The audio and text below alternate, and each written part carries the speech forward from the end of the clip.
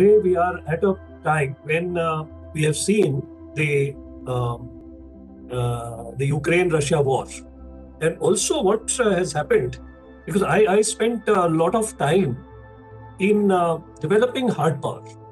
I don't know how many of you know, in the early 1980s, when I was also handling integrated guided missile development project with Dr. Kalam, who was in Hyderabad at that time. And I was also director Navy. And why? Because Navy had to be built into a blue water Navy. And I had, after that, there was a spell of more than 5 years of shipbuilding. And I was also chairman of Goa Shipyard. And of course, Masgordog, Garden Reach were handled by me. So wonderful time in building hardware.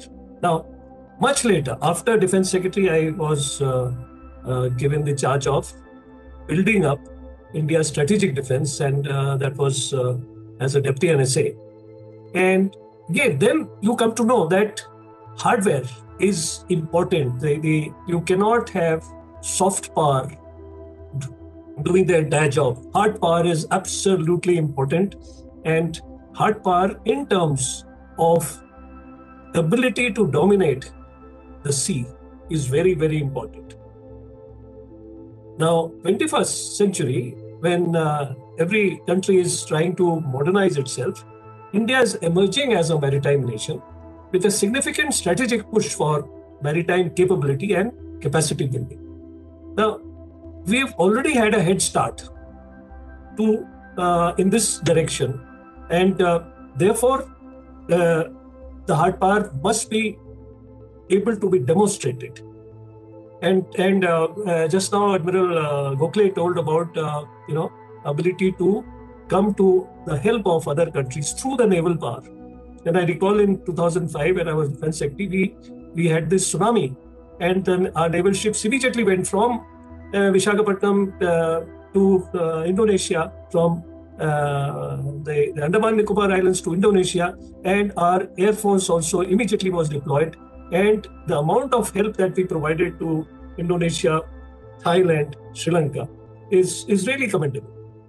Because of that, when we had this cyclone in the US coast, we sent Indian Air Force IL-76, couple of them loaded with emergency supplies to help the United States. Now, we are able to do this because we have the ability to move people and specialists around.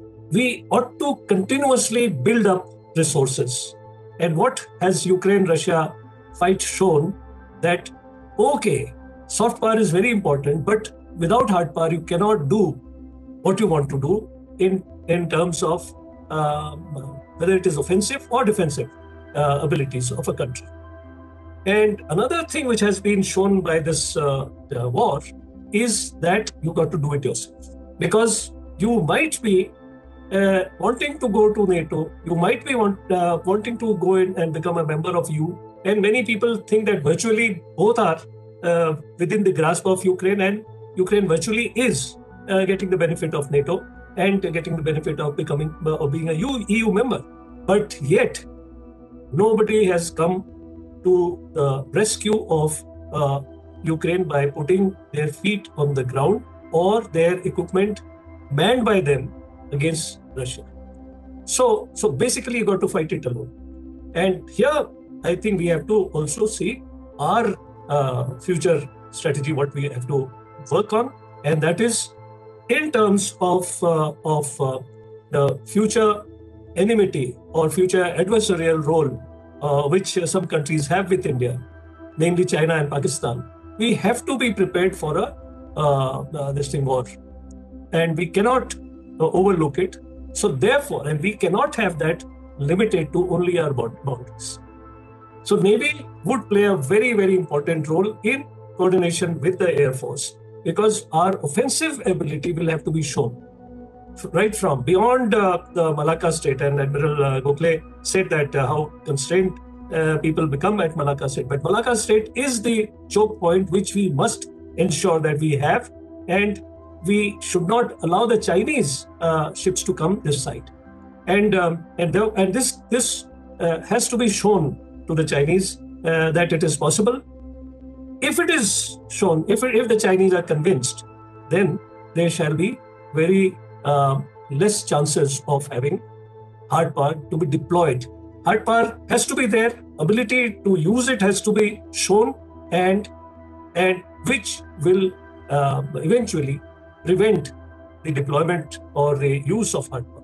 So war can be prevented, and that is exactly what Russia has done. It has shown its ability. It has pulverized Ukraine at different places, but even then, US or the NATO countries have not come into the rescue of Ukraine. However much they are putting other kind of support, but Ukraine at the end of the day, today or 3 months later, would have suffered enormously, and very large number of its population would have suffered. So the purpose of whatever Russia wants to do, Russia hasn't got any kind of an attack even by missiles on its mainland, on its area. So this is a very successful method of not having to be attacked by any country around Russia, and yet the threat they have always sort of given, whether it is in a manner which is very subtle or in a manner which is very loud or blasé, it is that they might use nuclear weapons, and all the others, huge world power, the biggest world power, and all that, they have taken that into cognizance. So here we are talking about the Quad, the AUKUS, and the Indo-Pacific. India is a maritime country. India has to become a strong maritime country, and India has to be able to move its ships and its presence anywhere, wherever. But it can do by increasing its hard power. So today we have to actually think of how not to put a stop in our whether it is shipbuilding or it is aircrafts or missiles, or now the ability in cybersecurity, in space warfare. All these kind of things will have to be done. If we do it, we will not be attacked. But if we don't do it, then we may have to face it alone. However strong the other countries might say in their words that we will come to the help of India or we'll rescue India, but nobody is going to do it, because again the Chinese are going to demonstrate the same thing with the Russians later, that they will use nuclear power. So now what are the important things that we have to do? The important things that we have to do is to ensure that we put with the same vehemence, we put we attack. We have a punch which is able to neutralize their strength, and we have to show that we have the will to do it, and our forces are able to do that, and we have to have jointmanship with a very great degree of this thing. I know how important it was to acquire the air-to-air refueling and to develop the ability to transfer the fuel to greater distance by having fleet tankers. And Andaman Nicobar Islands is a blessing to India. We have to use it.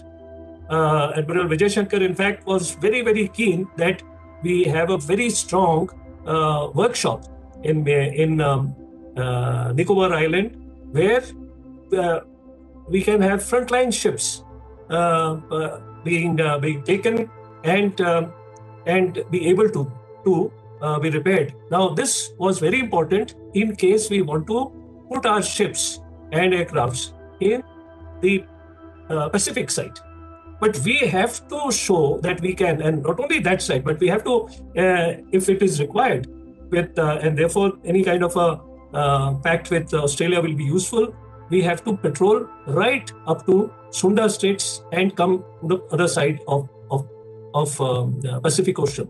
Now, also, like Admiral Gokhale was saying, Vietnam is an extremely important country for us, and we have to take the Vietnamese into our orbit. We have to have enough knowledge about them, enough. We can train a lot of people of Vietnam, and we can also show that we will be friend in distress, like what Admiral Gokhale was saying. So we have to deliberately make friends, greater friendship with Vietnam, similarly with Indonesia, so that, and all these things are going to help addressing that India is not alone in whatever India wants to do, and therefore, firstly, get the hard power thing going on. Second, to be able to have places where our ships, aircrafts can be serviced, and the third is having man-to-man relationship, training these navies and the Air Force people of that country. In fact, Singapore, I had made Indo-Singapore defense dialogue. Incidentally, I started Indo-US framework for defense, which was immediately followed by Indo-Germany, Indo-Japan, Indo-Australia. But with Indo-Singapore, the defense dialogue was so beautiful that Singapore would come and train themselves in India, and we facilitated that they would bring their own equipment and use our facilities for training. Now, these are the kind of things by which we not only become good, say, friends, but also show them that we can go to a greater distance, and this we'll have to do. Japan, incidentally, is a very, very important country, and whether it is in Quad or otherwise, but Indo-Japan trade is very, very at a low level. It's about $18 billion. Now, at the same time, Japan's export to China is more than $140 billion. So we have to increase the content of our trade with Japan. And I think these are many matters which, together or separately, which will make India's strength or India's standing in those countries, and therefore they will come to our help. We have a good, sort of documented cooperation with the South Korean Coast Guard. So Indian Coast Guard, South Korean Coast Guard, there is a pact. And in fact, we may continue to increase the collaboration and the cooperation with South Korea. Same thing with Malaysia. So what I'm saying is that India, with its different bilateral methods, should be having a better relationship with them. And Admiral Gokhale's has what he says has immense value. So, but again, I mean, I would say that what we have seen in the Ukraine-Russia war is that ultimately you have to depend upon yourself, and there is no way, but we have to make India a strong hard power and make anybody know that we will bring extreme harm to them if we are not. So I would end here. Thank you very much. Jai Hind.